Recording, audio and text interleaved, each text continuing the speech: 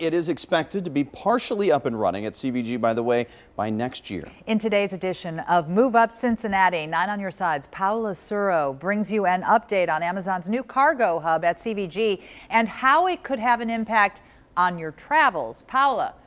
Well, guys, that impact could be a good one, and that's because it could mean more money in your wallet when you're booking that flight out of CVG, and that's because close to half of the flights here at CVG are cargo flights.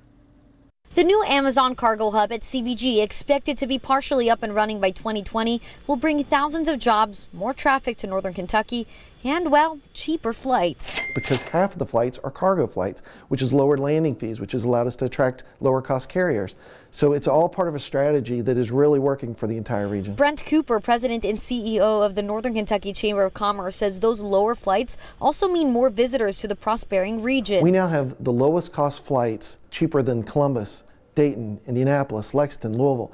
We have the lowest cost airport, and we have the most flights. Cooper says Northern Kentucky makes up 10% of the state's population, but 20% of the state's tourism, something he says is owed to the cheap flight options driven down by the Amazon hub. If you look at the entire Cincinnati MSA, so 15 counties in greater Cincinnati, Northern Kentucky, the fastest growing is actually in Boone County, which is where Amazon is. And so that's what I mean. We're already seeing the impact that they're having from an economic development perspective. Cooper says the hub will bring in thousands of jobs to the area. Hebron's growing by leaps and bounds, so it's just added services. Something small business consultant James Crosby can't wait for. His clients include plumbers, electricians, and construction workers. It'll affect more of my clients because it'll create a need for hopefully more services. I'm sure there's going to be some construction that's going to have to be done over there. So those all take people, so they're going to have to hire for those things.